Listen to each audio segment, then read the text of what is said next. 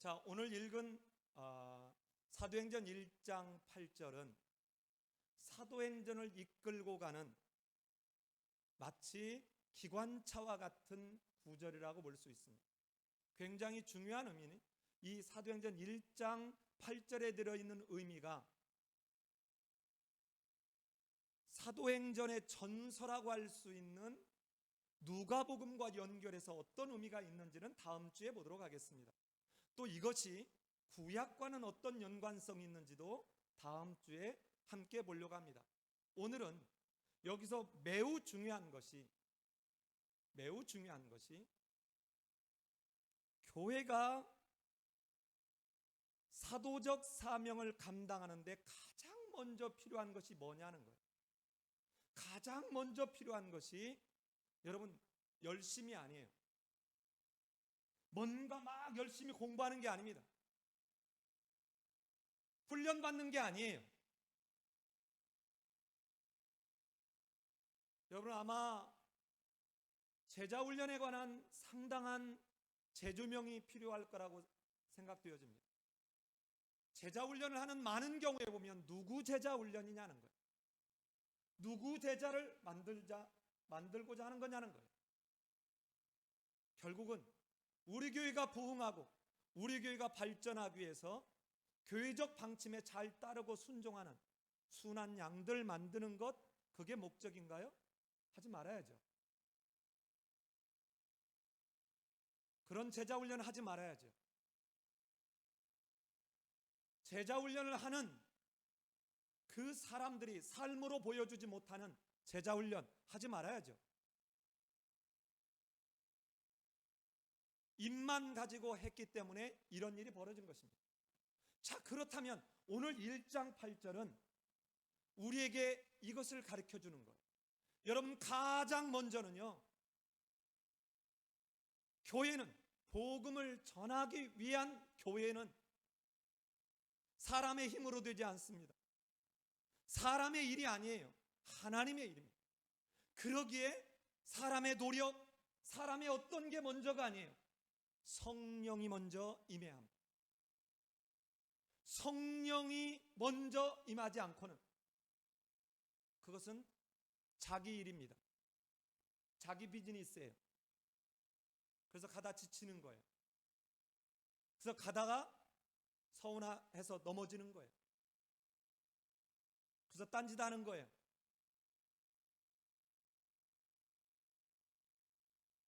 먼저는 오직 성령이 너에게 임하시며,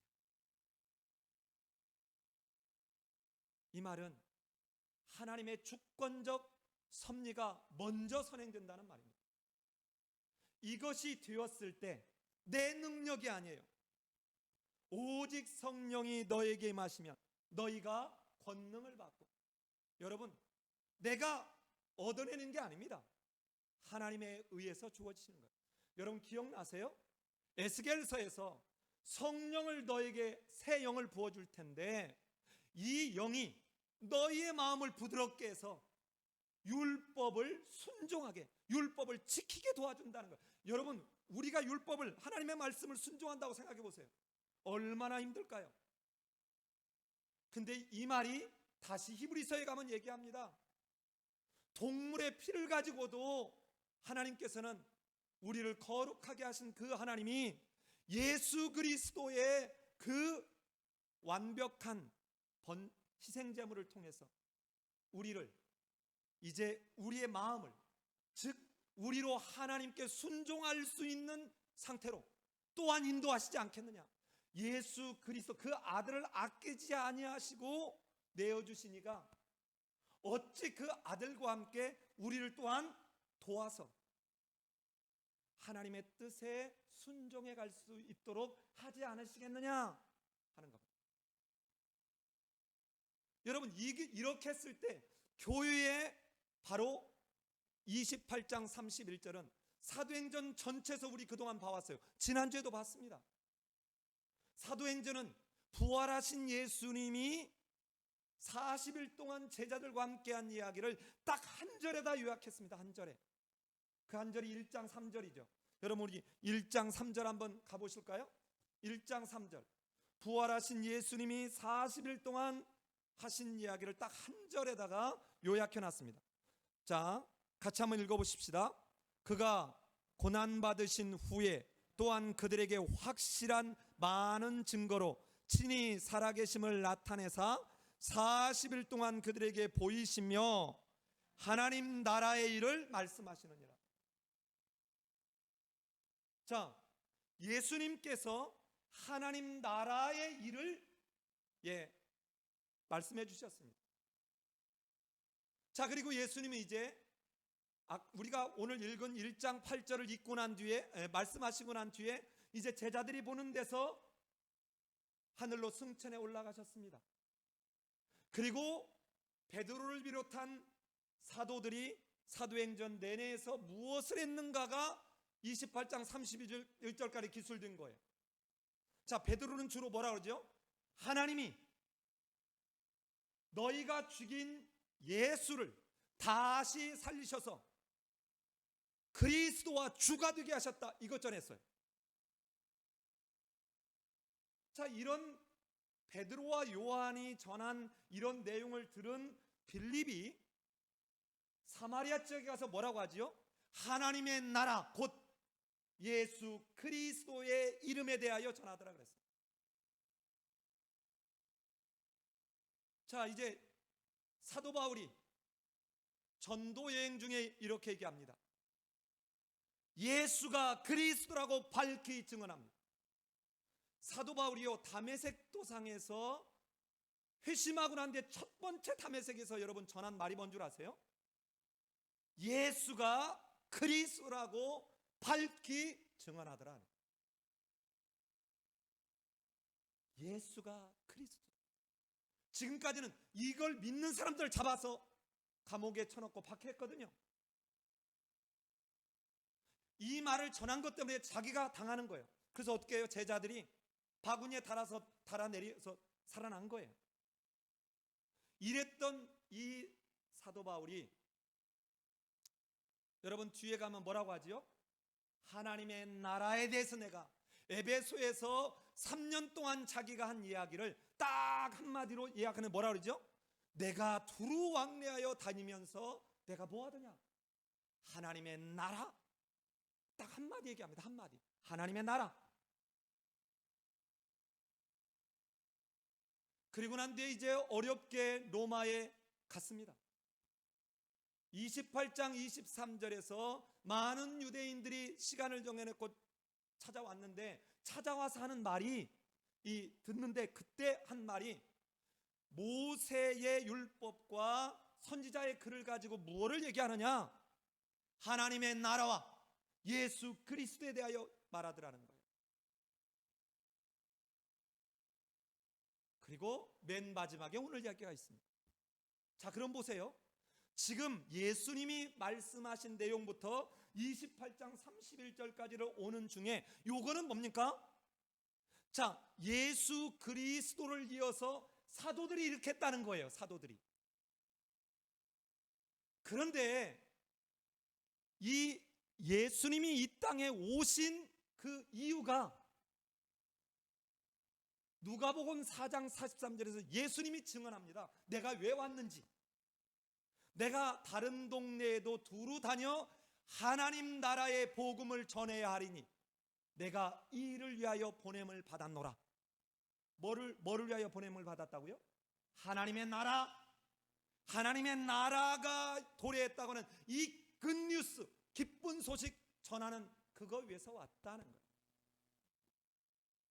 자, 하나님이 메시아로 보낸 그리스도가 내가 왜 왔냐? 하나님의 나라 회복되는 이 일하러 하나님이 다 보내셨다는 거예요. 그런데 지금 사도들이 뭐라 그래요? 자기들이 한 사역을 딱 한마디로 요약하는데 하나님의 나라라는 거예요. 하나님의 나라라는 거예요.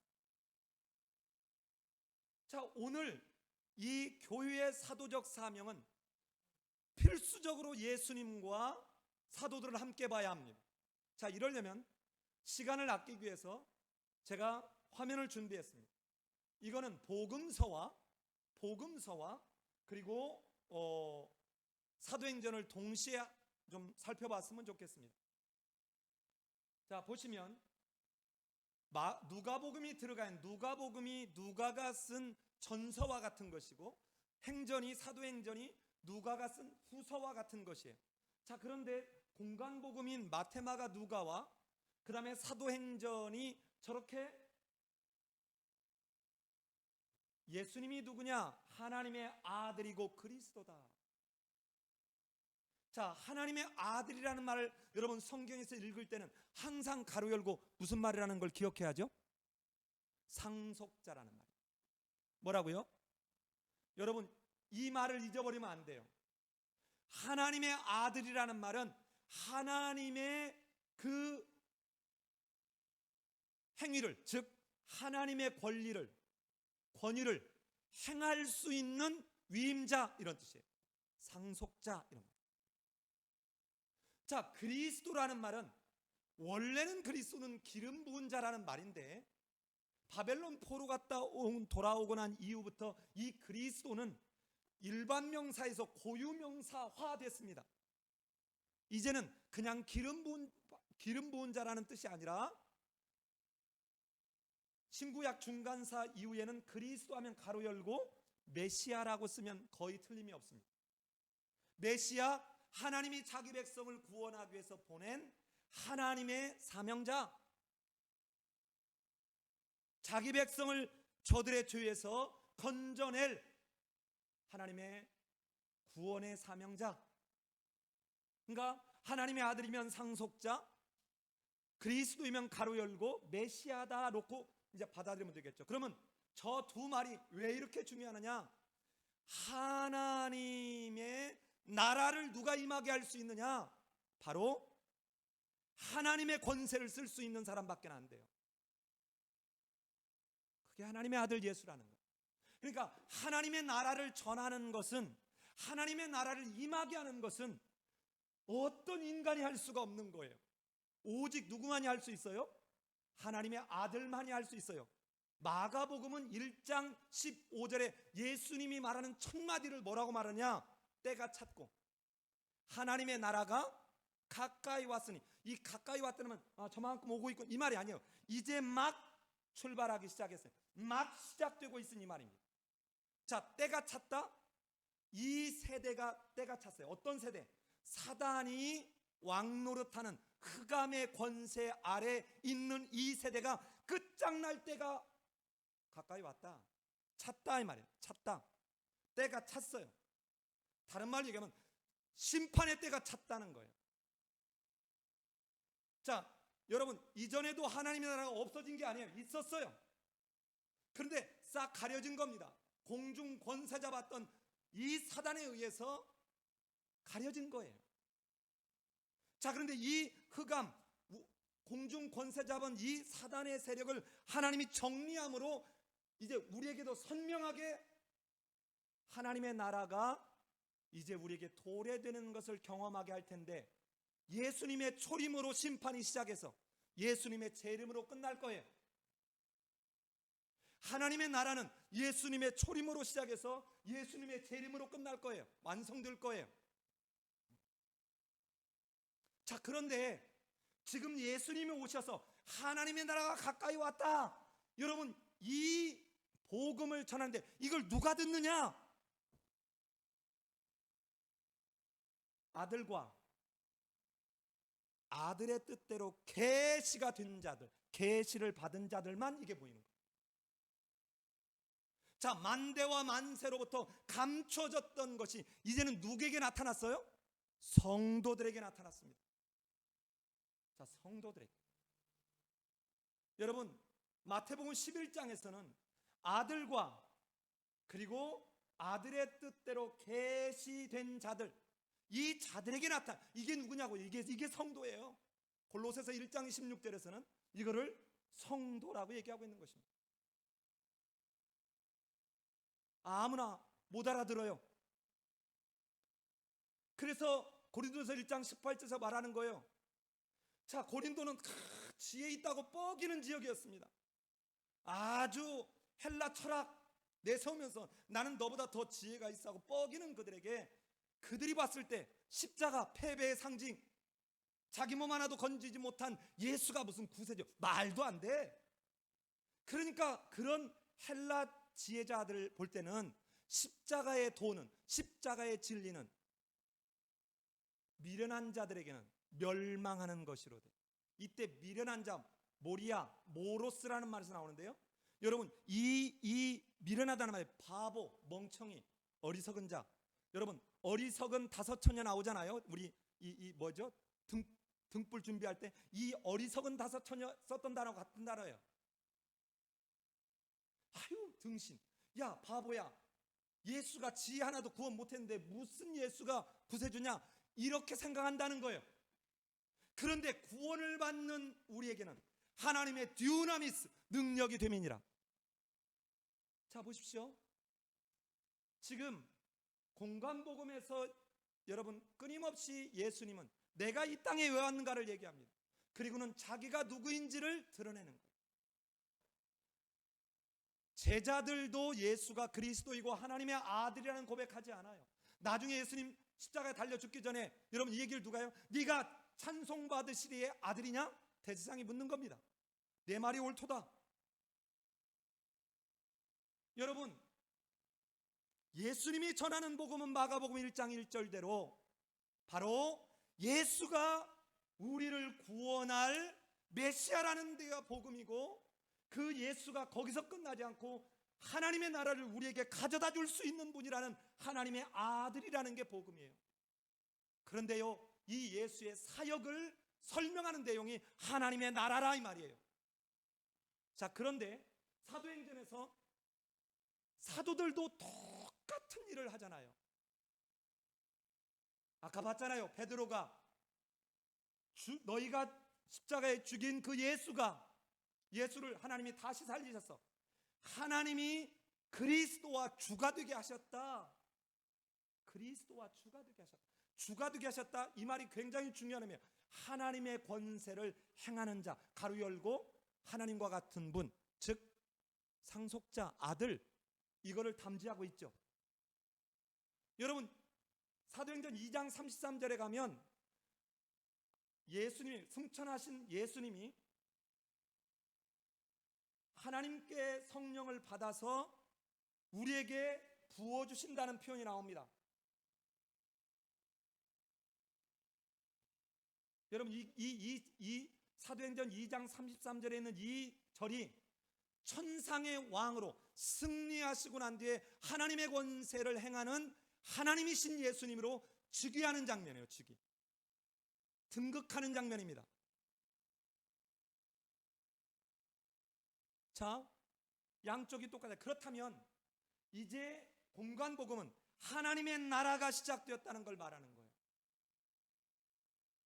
그러면 사도행전은 그 하나님의 나라가 어떻게 이어지고 있느냐 하는 걸 보여주는 겁니다.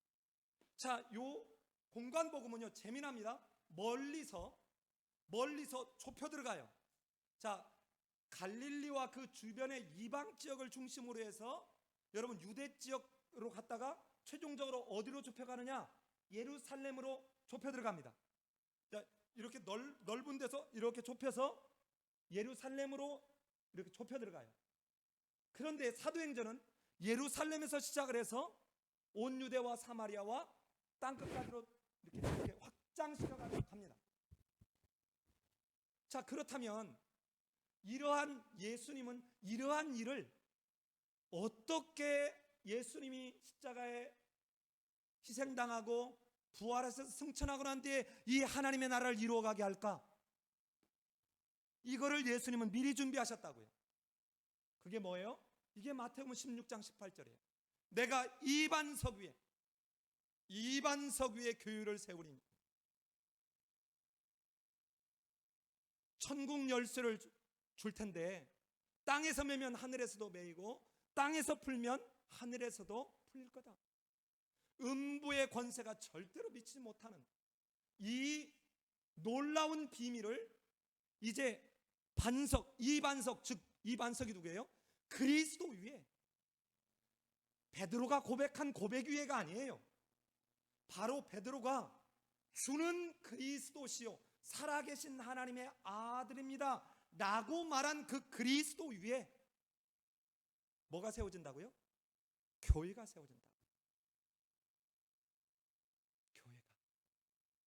이 교회를 통해서 이 일을 하려고 이제 준비하신 겁니다. 그리고는 마침내 제자들에게 뭐라 그러죠? 너희가 내가 아버지께서 주기로 약속하신 것들을 너희에게 보내기까지 이 성을 떠나지 말고 기다리라. 여러분, 이 모습도 똑같아요. 잘 보세요. 누가복음에만 이게 나온다고요. 마태, 마가에는 안 나와요. 예수님께서 세례를 받기 전에 기도하는 장면이 누가복음에만 나오는데, 기도하자 뭐가 임하죠? 성령이 임합니다. 그런데 교회가 시작될 때 무리들이 모여서 마가의 다락방에 모여서 기도하기에 전심으로 힘쓰는 가운데 2장 1절 이후에 뭐가 임해요? 성령이 임합니다. 성령이. 이러면서 뭐가 이루어져요? 교회가 이루어져요. 자, 그럼 제가 뭔 얘기를 하려고 이렇게 지금 온 거죠? 첫째, 교회는 그리스도의 터 위에 세워졌고 그리스도의 사역을 그대로 닮아가야 된다는 거예요. 다른 거 아니에요. 교회는요 친교 모임 아니에요. 교회는 봉사단체가 먼저 아니에요. 교회는요 무슨 장례 나면 장례하고 이런 일이 먼저가 아니에요. 돌잔치 가서 무슨 이런 거 하는 데가 아니에요. 그런데 어느 순간 우리는 이제 이게 비즈니스화 되어버렸어요. 교회가 비즈니스화 되어버렸다고요. 정말 안타깝지만. 자, 보십시오. 지금 예수님의 그 사역에 예수님 터 위에 세워졌고 예수님 터 위에 세워진 교회는 교회가 해야 될 사명은 예수님 그 사명이에요. 그럼 뭘까요? 하나님의 나라 전하는 것. 자, 그런데 사도들은 여기다 이제 뭐죠? 이 하나님의 나라를 누가? 예수가 우리에게 도래하게 됐다. 그래서 하나님의 나라 곧 예수 그리스도에 대하여 전하는 겁니다. 이것을 교회를 통해서 이루기를 원합니다. 여러분들 이 교회를 어떻게 세운 줄 알아요? 내가 대제사장과 장로와 서기관들에게 넘겨져서 고난을 당하고 죽임을 당한 후에 사흘 만에 다시 살아나야 하리라. 예수 그리스도의 십자가의 죽음 속에 희생 속에 예수 그리스도의 피의 터 위에 세워진 거예요. 여러분, 이랬던 예수님이 이렇게 말합니다. 마가복음 10장 45절에서 인자가 온 것은 섬김을 받으려 함이 아니라 도리어 섬기려 하고 자기 목숨을 많은 사람의 대속물로 주려 함이라. 여러분, 이러한 사명이 교회에 있다 이 말이에요. 여러분, 이 사명을 감당하기 위해서 어떻게 해야 될지도 얘기해 줍니다. 자, 예수님께서 내가 이제 장로들에게 넘겨지고 대제사장에 넘겨져서 고난을 당하고 죽임을 당한 후에 내가 사흘 만에 살아나리라 하고 난데 바로 그 뒤에 이렇게 말합니다. 누구든지 나를 따라오리거든. 이게 무슨 말이죠? 누구든지 나를 믿는다면, 누구든지 나의 제자가 되려고 한다면 자기를 부인하고 날마다 자기 십자가를 지고 나를 따를지니라. 여러분, 이게 그냥 우리 말하기 좋게 의역한 뭐예요? 너 죽을 준비하라는 거예요. 자, 이거를 사도행전으로 그대로 옮겨가 보면 여러분, 사도들이 이대로 했습니다. 어떻게 했어요? 여러분, 베드로가 복음을 전하는데요, 그 복음 못 전하게 합니다. 두드려 맞아요. 옥에 쳐넣습니다. 다시는 그 사람들 이렇게 유혹하는 말 쓰지 마. 왜요? 대제사장과 서기관, 사두개인들, 이들이 누렸던 기득권 놓치고 싶지 않아요. 그래서 위협해서 내보냅니다. 그래서 내가 너네 말 따라가는 것보다 하나님 말 순종하는 게 내가 더 옳지 않냐 하고는 자기들이 하나님의 말씀을 전하기에 합당한 자로 여겨진 것을 오히려 기쁘게 생각하면서 나가서 복음을 전합니다. 여러분, 절대로 탄탄대로가 아니었어요. 여러분, 여기서 끝나지 않지요. 바로 스데반이 죽습니다. 여러분, 스데반이 사람이 손으로 지은 성전에 계시지 않다는 얘기였어요. 여러분, 이거 예수님이 한 말 그대로 해석해 준 거예요. 이 성전을 헐라 사흘 만에 내가 다시 지을 거다. 이 예수님이 뭐라 그러죠? 성전이 원래 하나님을 예배하고 하나님의 백성으로 훈련하고 가르침 받기 위해 존재하는데 이파리만 무성한 무화과 나무지 열매가 하나도 없는 거예요. 그래서 예루살렘 올라갔을 때 어떻게 하죠? 무화과 나무를 저주합니다. 여러분, 지금 성전은 더 이상 성전이 아니에요. 그래서 성전의 파괴를 선포하시는 거예요. 성전 청결이 아니에요. 성전이 더 이상 기능을 상실했다는 거예요. 성전의 실체인 예수님이 오신 거예요. 여러분, 이 예수님의 말을 스데반이 지금 풀어주는 겁니다. 스데반이.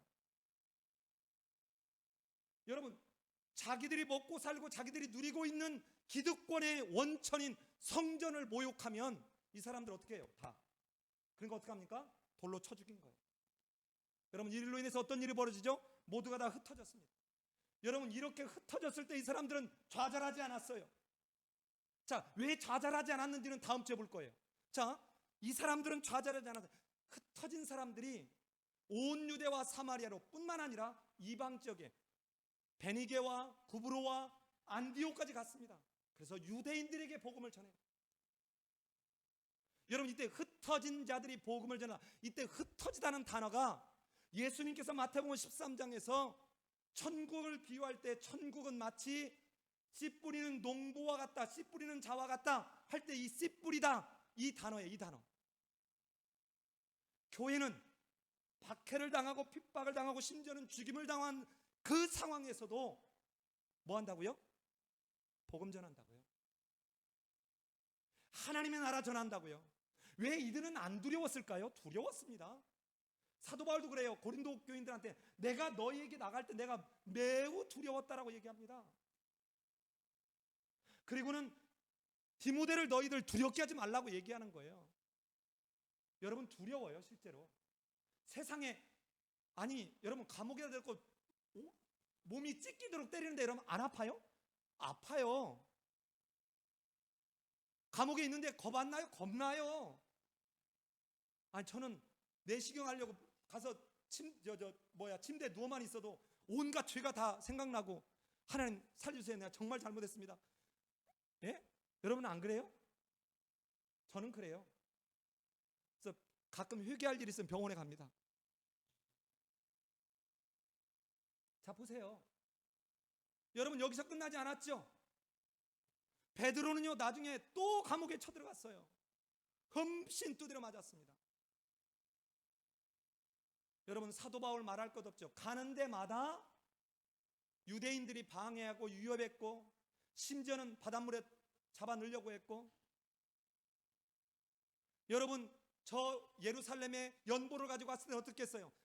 천부장이 조금만 늦었으면 몸이 찢겨서 끝장날 뻔했어요. 바울을 죽이기 전에 내가 먹지 않겠다고 금식하고 작정한 사람이 유대인들이 40명이나 될 정도였어요. 여러분, 이 과정 속에서, 이러한 처절한 과정 속에서도 그들은 왜 이 예수님이 하신 이 사명을 여러분 바꾸지 않았을까요? 여러분, 이 궁금증을 한번 가져보세요.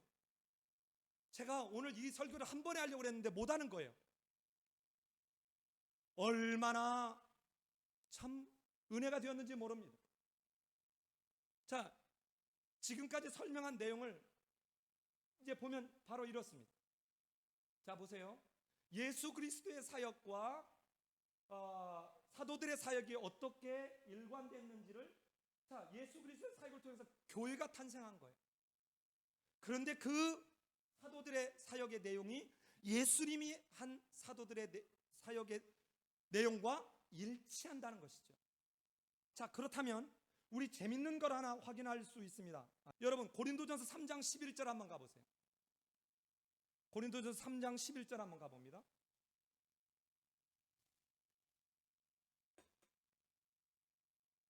자, 같이 한번 읽어볼까요? 같이 읽습니다. 시작. 이 닦아둔 것 외에 능히 다른 터를 닦아둘 자가 없으니 이 터는 곧, 여러분, 교회의 터는 어떤 다른 거 아니에요.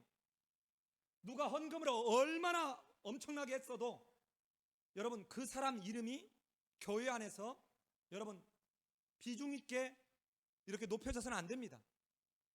자, 예를 들어서 두 렙돈을 드린 가난한 어떤 할머니의 헌금이나 두 렙돈 하면 우리 돈으로 몇백 원이에요. 몇백 원.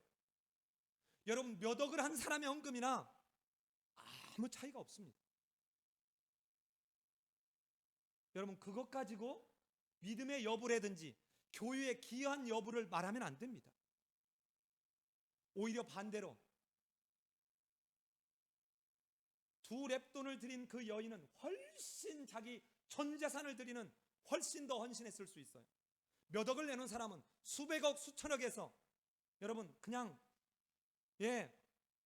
콩 몇 조각 정도 내놓는 정도였을 수도 있습니다.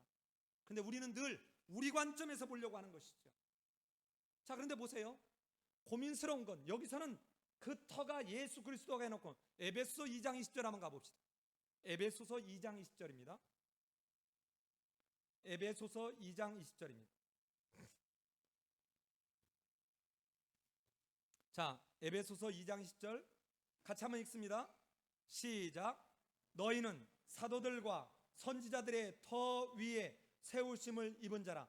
그리스도 예수께서 친히 모퉁이 떨이 되셨느니라. 그래서 어느 분이 나한테 묻더라고요. 아니, 어떻게 교회의 터가 사도들과 선지자들의 터 위입니까? 말이 안 되지 않아요? 하고 묻더라고요. 여러분 잘 보세요. 예수 그리스도의 그 복음과 그 십자가의 터 위에 세워진 교회 사도들이 바로 그 예수님의 사역을 따라갔습니다. 그리고 그들이 전한 이 복음, 즉 이 사도들이 전한 복음의 터는 어디예요? 예수 그리스도예요. 그래서 뒤에다 이 말 붙인 거예요. 그리스도 예수께서 친히 모퉁이들이 되셨느니라, 이 말입니다. 그러니까 이거는 터가 둘이라는 말이 아니에요. 터는 몇 개예요? 하나예요. 터는 하나예요. 예수 그리스도의 그 모습을 그대로 본받아 따라간 이 사도들. 그렇다면 이제 교회적 사명, 이 예수 그리스도가 십자가의 희생을 통해서 세우려고 했고 이 세워진 이 교회를 통해서 하나님의 나라의 복음이 전해지기를 원하신 거예요. 그래서 교회의 터는 반드시 예수 그리스도여야 되고 바로 사도들이 예수 그리스도가 하셨던 사역을 했던 그것을 우리는 이어가는 것입니다. 자, 그렇다면 사도행전 교회의 사도적 사명인 액츠 29는 여러분 간단해요. 앞에 이렇게 살펴봤으면 간단합니다. 이제 어떻게 간단해요? 하나님의 나라입니다. 그 하나님의 나라는 어떤 다른 길이 없어요. 예수가 그리스도이고 예수가 하나님의 아들인 유일한 구세주라는 것을 의지하는 그 믿음 외에는 이 사명을 감당할 길이 없습니다. 근데 이것은 오직 성령이 임할 때만 우리가 닫혀졌던 흑암의 권세 아래 있던 우리에게 이것이 열려지게 되고 이 열려진 계시를 우리는 알므로 헌신할 수 있는 거예요. 우리의 힘과 능력 아닙니다. 그래서 뭐예요? 너희가 그 은혜를 인하여 믿음으로 말미암아 받아들임으로 말미암아 구원을 얻었나니 이것이 너희에게서 난 것이 아니요 하나님의 선물이라. 행위에서 난 것이 아니니 이는 누구든지 자랑치 못하게 함이라.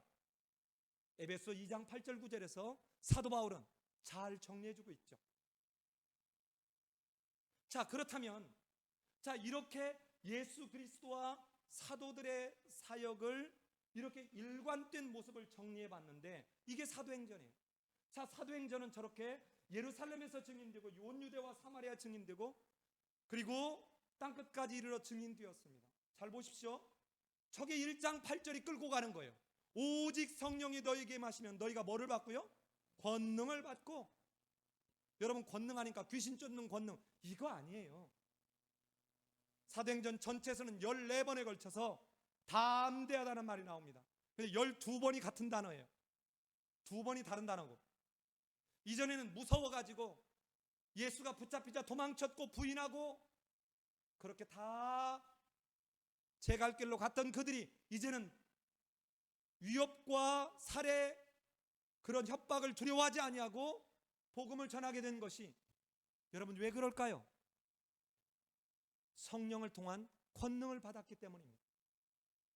여러분, 권능이 귀신 쫓고 넘어지게 하고 병자 고치고 하는 거라면 사도들이 다 이러지 않았어요. 자, 보십시오. 자, 저렇게 움직여 가는데 잘 보십시오. 끌고 가는 게 바로 오늘 읽은 본문이에요. 그리고 마지막이 28장 31절이에요. 저거는, 맨 위는 교회가 바로 사도적 사명을 감당하기 위해서 반드시 맨 처음에 시작할 게 무엇인지를 말해주는 것이라, 밑에는 그의 사역의 본질적 사명이 무엇인가를 말해주고 있는 것입니다. 자, 이 속에 숫자 늘어나는 게 아니라 화면 보시면 하나님의 말씀이 점점 흥황하여, 아욱산 점점 흥황하여, 점점 흥황하여. 여러분, 하나님의 말씀이 흥왕 또는 왕성해졌다. 저기 우리말로는 왕성해졌다로 6장 7절에 나오는데 같은 단어입니다. 우리말로만 번역을 잘못 다르게 한 거예요. 아마 앞부분은 다른 사람이 하고 뒷부분은 다른 사람이 나와요, 번역을. 안타깝지만, 자 보십시오. 하나님의 말씀을 하고 가로 열고 뭐라고 넣으면 될까요? 복음이.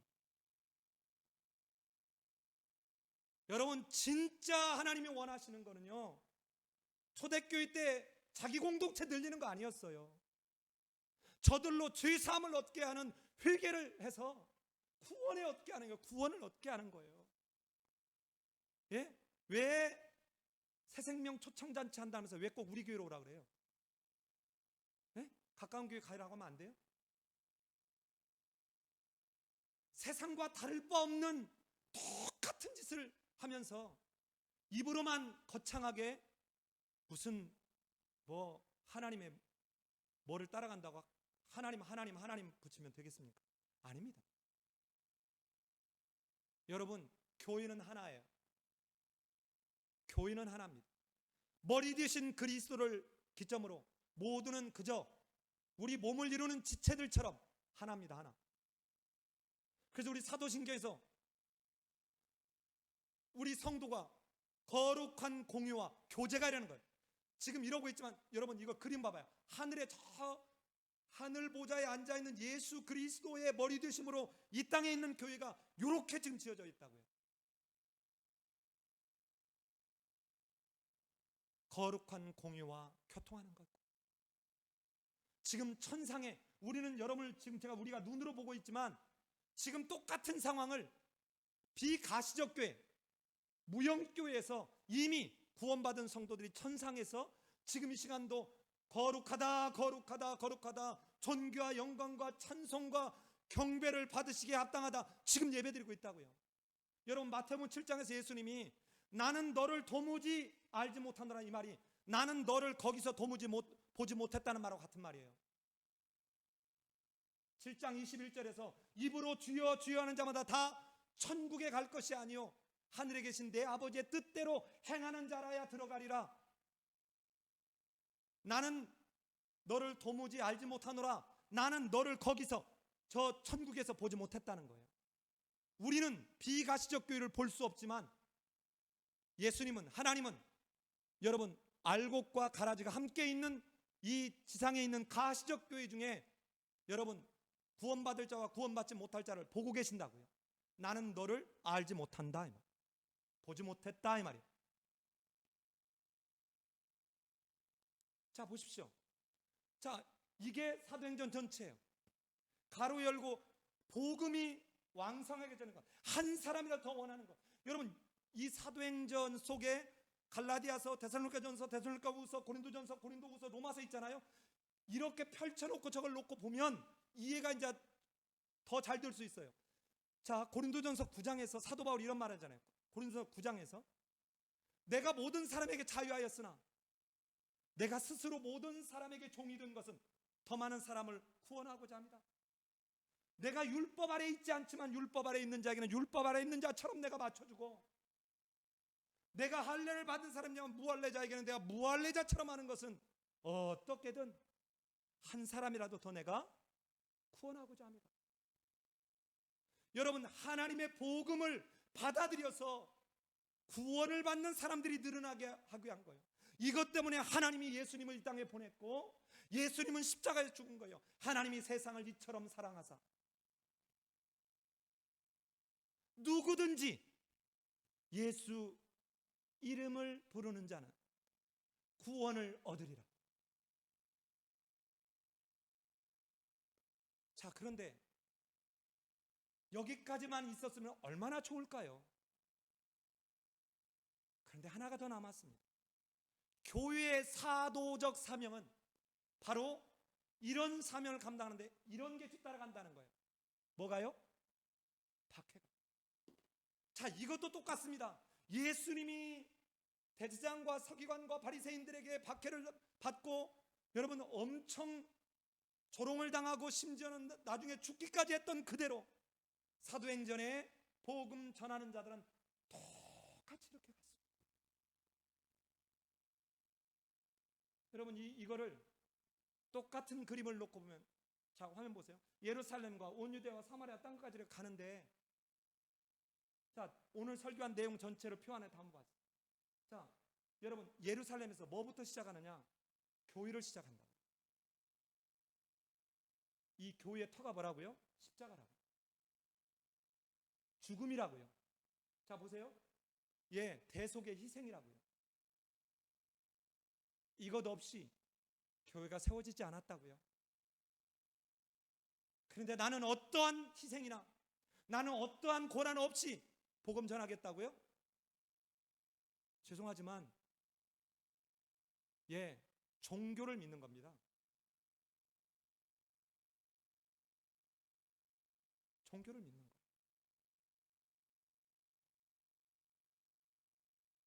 하루에도 몇 번씩 두려움에 휩싸입니다. 인자가 다시 올 때 세상에서 믿음을 보겠느냐? 여러분 이게 온통 저한테 하는 말 같아요. 온통. 여러분 이 두려움이 한번 오면 나는 하나님이 그렇게 독생하신 예수를 이 땅에 보내서 십자가에 죽게 하면서라도 구원하고자 했던 하나님의 소중한 백성인 우리 성도님들을 내게 잘 섬기라고 맡겨졌는데, 나는 이분들이 정말 저 이리 같은 자들에게, 이단들에게 또는 사단에게 이렇게 유혹당하지 않도록 잘 가게 제대로 돕고 있는 것인가? 여러분 보십시오. 예루살렘에서도 박해가 있어서 흩어졌습니다. 여러분 온 유대와 사마리아에서도 박해로 죽기 시작합니다. 사도 바울이 가는 땅끝까지 갈 때도 여러분 교회는 계속해서 박해가 있었습니다. 여러분 이제 이 예수 그리스도와 사도적 사명을 이어가는 이 엑시 29 29장의 모습을 보면 이제 우리는 내가 진짜인지 가짜인지 봐야 됩니다. 바로 먼저 교회의 터였던 예수님이 이렇게 당부합니다. 무리와 제자들을 불러 이르시되 누구든지 나를 따라오려거든 어떻게 하래요? 자기를 부인하고 자기 십자가를 지고 나를 따를 것이다. 여러분, 누가복음에서는 여기다 날마다라는 말이 들어갑니다. 날마다, 매일 이 말이에요. 이 말은 항상 이 말하고 같은 말이죠. 여러분, 우리 지금 이러고 살아요? 여러분, 이게 내가 막 이렇게 하자면 이거 스트레스 죽어요. 이게 아니에요. 봐요, 아까 제가 뭐라 했죠? 오직 성령이 너에게 임하시면, 내가 하는 게 아니라 내 안에 내주하시는 성령이 나를 이끌어가는 거예요. 나를. 여러분, 그러면 내게 이게 없으면 진짜 먼저는 뭐예요? 하나님, 내게 진짜 성령을 통해서 내가 거듭남의 그 기쁨과 감격, 내게 주신 그 구원의 참 기쁨을 내가 누릴 수 있도록 도와주십시오. 내게 성령으로 역사해 주십시오. 여러분, 이게 먼저 아니에요? 이 기도가 먼저 아니에요? 예수님이 기도하는 가운데 성령이 맺고 제자들과 무리들이 마가의 다락방에 모여서 먼저 기도하는 가운데 성령을 받고 그들이 교회 공동체를 이루었던 것처럼, 교회는요, 돈 있는 몇 사람, 열심 있는 몇 사람에 의해서 되어지는 그런 공동체가 되면 안 돼요. 그럼 어느 순간에 어떻게 되는 줄 알아요? 그분들이 이제 서운함을 느낄 수 있어요. 왜 나만 이렇게 해야 돼? 어느 순간.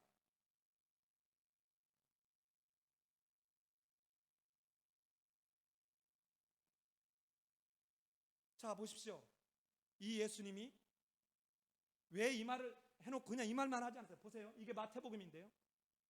이제 장차 형제가 형제를, 아버지가 자식을 죽는데 내어주며 자식들이 부모를 대적하여 죽게 하리라.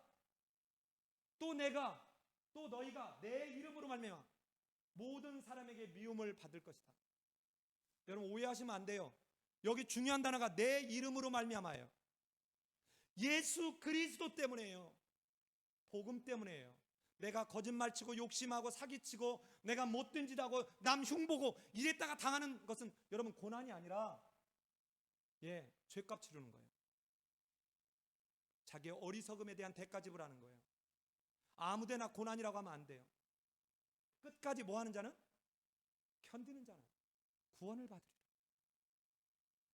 마태복음 24장에서 또 한 번 얘기합니다. 똑같은 얘기를 하는데 뒤에 똑같이 다시 얘기해요. 끝까지 견디는 자는 구원을 받으리라. 끝까지 견디는 자는 구원을 받으리라. 자, 보세요. 이게 마가복음입니다. 똑같죠? 이게 누가복음이에요. 공관복음에 똑같이 얘기해요. 자, 이게 요한복음이에요. 자, 이제 세상이 너희를 미워할 거래요. 근데 너희를 미워하는 거 아니라 실은 나를 미워하는 거다 하는 거예요. 근데 걱정하지 마라. 내가 이기었노라. 두려워하지 말라는 거예요. 사랑하는 여러분, 자, 예수님과 오른쪽에 사도들을 그대로 보면 맨 밑에 쪽에 그 사역이 똑같아요. 똑같은데 예수님께서 십자가에 죽은 오른쪽 가보세요. 야고보 사도가 죽고 스데반이 죽고 베드로가 감옥에 들어가고 매를 맞고 요한이 매를 맞고 사도 바울이 끊임없이 당하고 똑같은 과정을 겪어요. 그렇다면 교회의 사도적 사명인 액트 29을 써야 되는 오늘날 교회인 여러분과 나는 이제 이런 빌딩이 교회가 아니잖아요. 이제 이 예수님이 가신 길, 골고다의 길, 사도들이 갔던 그 길, 복음을 위하여, 예수를 위하여 고난을 받는 이 길을 여러분 마다하면 안 됩니다. 그런데 끊임없이 내 것 움켜쥐고 나 편안함 움켜쥐면서 여러분 지금 복음이 전해지기를 바란다고요? 아니요. 어젯밤에 한 12시쯤 자서 오늘 새벽에 눈을 떴더니 한 4시 몇 분이 됐어요. 그래서 다시 한번 설교를 쭉 정리하는 과정에 정리를 해놓고 난 뒤에 이제 머리가 너무 무거워서 잠시 누워 있었습니다. 잠시 누워 있으면서 기사를 하나 봤는데 참 충격적인 또 감동적인 기사를 봤습니다. LA에 92년에 폭동이 났을 때 2,300곳의 한인 가게들이 털렸답니다. 털려서 그때 피해를 본 금액이 대충 경찰 추산 4,311억 정도가 된답니다. 근데 이때 흑인들이 돌아가면서 여러분 불침번을 쓰면서 유독 한 가게만 흑인들이 나서서 이 가게를 보호했다는 거예요. 제가 이름을 정확히 기억할지 모르겠는데 황정복이라는 여자분입니다. 71년도에 이민을 갔어요. 허드렛 일 하다가 이제 슈퍼하는 이런 걸 차린 것 같아요. 근데 그로부터 7년 후에 가게 앞에서 한 강도에 의해서 권총으로 죽임을 당했어요. 여러분, 죽임을 당했는데 흑인들이 난리가 났습니다. 이 사람을 뭐라고 그러냐? 마마. 흑인의 어머니라고 부르는 거예요. 돌아가실 때 나이가 56세예요. 자기 집에 와서 누군가가 물건을 훔쳐가고 도망치면 도망가는 뒤에다 대고 이렇게 얘기했답니다. 야, 뛰지 마, 넘어진다.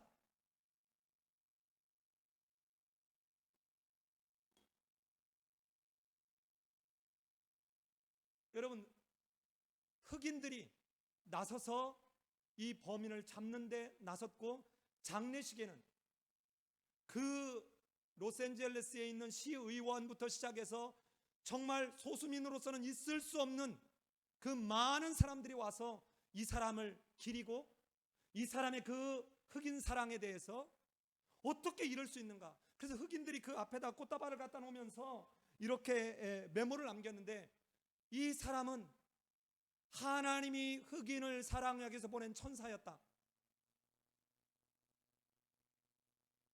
자기 지금 재산이 뺏긴다고요. 예? 와가지고 그 정부에서 지원한 돈 가지고 술 사러 오면 이 남편이 술 다 먹어버리면 자식들이 죽을까봐, 먹을 게 없을까봐 술 그냥 주고, 내가 거스름 돈이 없으니까 이따가 오라고 해놓고는 아내한테 전화를 하는 거예요. 가족이 먹을 게 없을까봐. 그리고 오면은 잔뜩 먹을 걸 싸가지고 주는 거예요. 자기 돈 안 받고 주는 거예요. 오늘 이 설교를 해야 되는데 전혀 예기치 않은데 이 기사를 읽은 겁니다. 근데 이 사람은 그런 일이 있고 난 뒤에 7년 만에 죽은 거예요.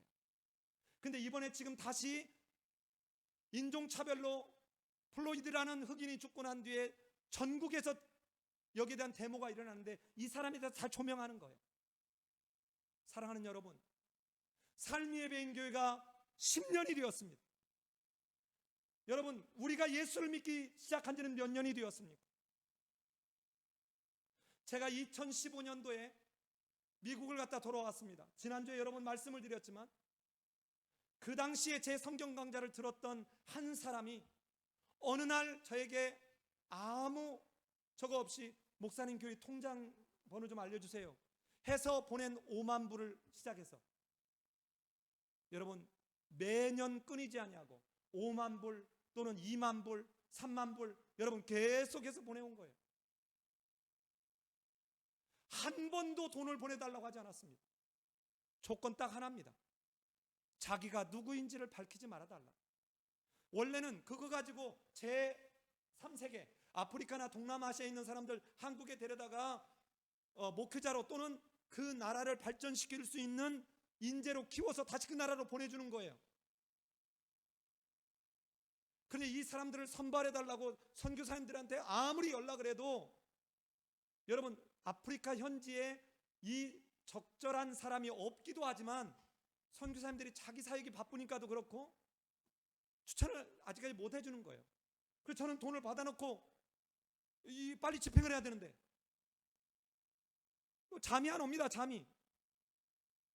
그래서 집사님 여차여차한데 어떻게 할까요? 여러분, 딱 한마디 합니다. 저보다 목사님이 더 고민하고 더 기도하실 텐데 목사님이 기도하는 가운데 판단하셔서 사용하시면 됩니다. 그래서 제가 만약에 이 현지인을 데려다 하는 게 안 되면 탄자니아에 선교센터를 짓는 것을 한번 추진해 보겠습니다. 얼마든지 그렇게 하십시오. 그리고는 또 이번에도 코로나 때문에 교회에 어려움은 없느냐고 하면서 2만 불을 또 보내온 거예요. 사랑하는 여러분, 우리는 지금 구원받는다, 천국 간다, 영생을 누린다, 하나님의 나라에 들어간다는 말들에는 너무 우리는 양팔을 벌려 환영을 하면서도 예수님이 가셨던 그 십자가의 길, 제자가 가야 되는 날마다 자기를 부인하고 자기 십자가를 지고 나를 따르라고 하는 이 예수님의 말씀, 사도들이 한결같이 겪었던 그 처절함, 이 사도들은, 여러분, 여기 나온 12사도는 누구 하나를 예외 없이 다 순교당했습니다. 다 순교당했습니다. 마지막 복음서를 썼고 요한계시록을 쓴 사도 요한도 전승에 의하면 펄펄 끓는 가마솥에 사도 요한을 집어넣는데 사도 요한이 죽지 않았다는 거예요. 사랑하는 여러분, 나는 진짜 예수를 믿는 사람입니까? 나는 예수를 이용하는 사람입니까? 나는 하나님을 믿는 사람입니까? 아니면 하나님에 관한 것을 관심 있는 사람입니까? 우리는 하나님의 팬이 되면 안 됩니다. 우리는 예수의 팬이 되면 안 돼요. 예수의 제자가 되어야 됩니다. 이제 교회의 사도적 사명을 거머쥔 우리는 사도 바울이 말한 이 말이 우리에게 교훈이 되었으면 좋겠습니다. 내가 그리스도를 본받은 것 같이 너희도 나를 본받으라. 사랑하는 여러분, 여러분의 아들을 앉혀놓고 여러분의 딸을 앉혀놓고 아빠가 너에게 큰 돈으로 남들이 누리는 그 부유함을 누리게는 못했지만, 그러나 남에게 내가 해코지 안 하고 정직하고 진실하게 살으려고 노력했다. 비록 아버지는 이름을 크게 날리지 못한 지극히 소시민의 한 사람이지만, 그러나 이것만은 본받으라. 내가 이렇게 살았던 것은 바로 예수 그리스도를 본받았고 바로 사도들을 본받은 나의 믿음에 기초했다. 여러분, 이렇게 자녀들에게 권면하고 자녀들에게 유언해 줄 수 있는 이 교회의 사도적 사명과 이 사역을 잘 감당해내는 여러분과 제가 될 수 있기를 예수님의 이름으로 기도합니다.